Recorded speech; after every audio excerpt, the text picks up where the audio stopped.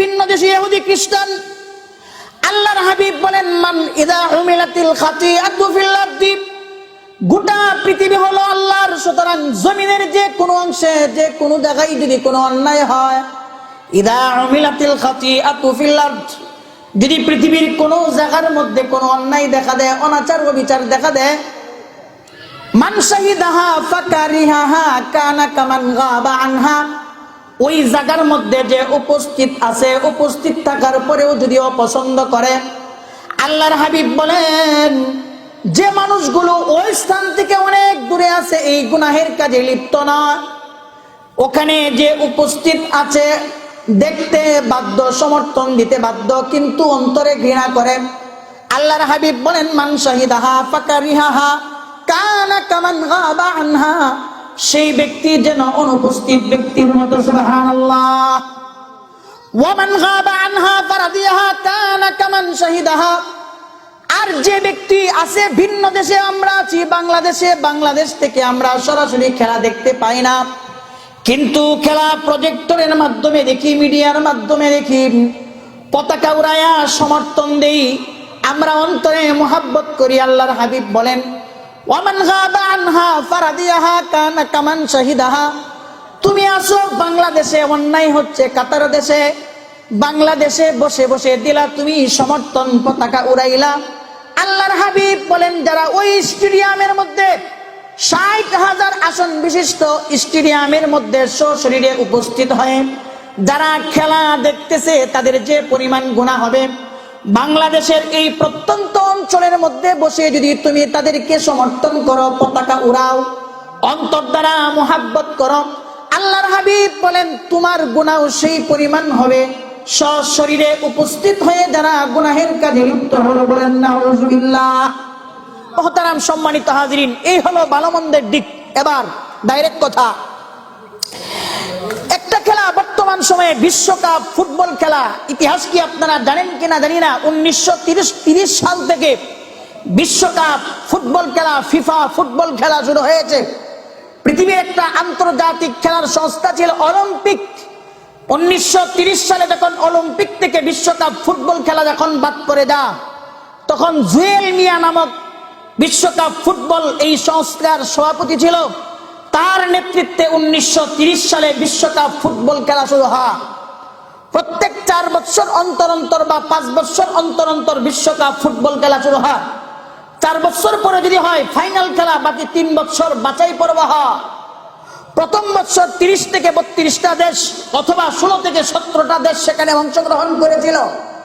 পরবর্তীতে আস্তে আস্তে বাড়তে থাকে। 1940 বা 44 সালে যখন দ্বিতীয় বিশ্বযুদ্ধ হয়, তখন 2 টার্মের বিশ্বকাপ খেলা সংগঠিত হতে পারেনি। মুহতারাম সম্মানিত হাজিরিন, বিশ্বকাপের এই সূচনা হয়েছে ইউরোপ আমেরিকা থেকে, খ্রিস্টান দেশগুলো থেকে সূচনা হয়েছে সর্বপ্রথম। এবং এখনো পর্যন্ত কোন একটা মুসলিম রাষ্ট্র, আমার জানা মতে, আপনাদের জানা মতে আছে কিনা আমি জানি না, কোন একটা মুসলিম রাষ্ট্র এখনো পর্যন্ত বিশ্বকাপ ফিফা ফুটবল খেলায় অংশগ্রহণ ওইভাবে এখনো করতে পারে নাই। 2022 সাল কাতার দেশ ছাড়া এর আগ পর্যন্ত যতগুলো বিশ্বকাপ ফুটবল খেলা সংগঠিত হয়েছে, প্রত্যেকবার ইহুদি খ্রিস্টান ইউরোপ আমেরিকার দেশগুলোতে হয়েছিল। ভাগ্যের নির্মম পরিহাস, এই বছর 2022 সাল, এই বছর এসে মুসলিম দেশ কাতারের মধ্যে সেটার আয়োজন করা হয়েছে মুসলমানদের জন্য। অত্যন্ত দুঃখ আর পরিতাপের বিষয়, কথা বলছেন কিনা? মুসলমানদের ইমানের মধ্যে ঘুণে ধরছে। এজন্য আজকে মুসলিম দেশের মধ্যে ইহুদি খ্রিস্টানদের সৃষ্ট এবং প্রতিষ্ঠিত এই সমস্ত অসভ্য নাজায়েজ হারাম কাজগুলো এখানে হচ্ছে।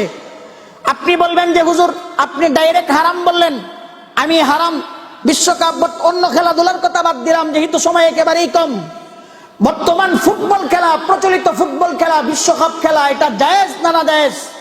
মুফাসসিরিনে কেরাম বলেন একটা খেলা জায়েজ হবার জন্য 3টা শর্ত থাকা দরকার। কয়টা? 3। 1 নম্বর হলো দুনিয়ার জীবনের কোন স্বার্থ যদি সেখানে পাওয়া যায়, মানে শারীরিক ব্যায়াম যদি হয়, এটা যদি পাওয়া যায় তাহলে 3 শর্তের একটা শর্ত সেখানে পাওয়া গেল। এই দৃষ্টিকোণ থেকে লুডু খেলা, ক্যারাম বোর্ড খেলা, দাবা খেলা, তাস খেলা, কোটি খেলা, 16 কোটি খেলা, এগুলো জায়েজ না না জায়েজ? সময় নষ্ট হয়, নামাজ কাটা হয়, সংসারের জীবন নষ্ট হয়, এই জন্য শারীরিক কোনো ব্যায়াম নাই, এগুলো না দেশ। 2 নম্বর সত্য হলো ফুটবল যে খেলা, এবার বলবেন যে হুজুর ফুটবল খেলার মধ্যে তো শারীরিক ব্যায়াম তো হইতেছে, বলে হ্যাঁ ফুটবল খেলার মধ্যে শারীরিক ব্যায়াম হয়, এটা সবাই বলে, তাই বলে কি জায়েজ হয়ে গেছে? নয়, আরো 2টি সত্য যদি পাওয়া যায় তবেই জায়েজ হবে, এছাড়া জায়েজ হবে না। এর আগে আরেকটি বিষয় বলতে চাই, ফুটবল মানে কি? ফুট মানে পা, বল মানে গোলাকৃতির একটা বস্তু। এই জন্য বল পেন একটা হলো জেল পেন, এক জাতীয় কলমকে বলা হয় জেল পেন, আরেক জাতীয় কলমকে বলা হয় বল পেন। বল পেন বলা হয় কলমের নিবের মাথার মধ্যে ছোট্ট একটা গোলাকৃতির বল থাকে, এই জন্য এটাকে বলা হয় বল পেন। বল মানে গোলাকৃতির বস্তু, ফুটবল মানে এমন গোলাকৃত বস্তু যেটা শুধুমাত্র পায়ের দ্বারা নাড়াচাড়া করা হয়, এটাকে বলা হয় ফুটবল।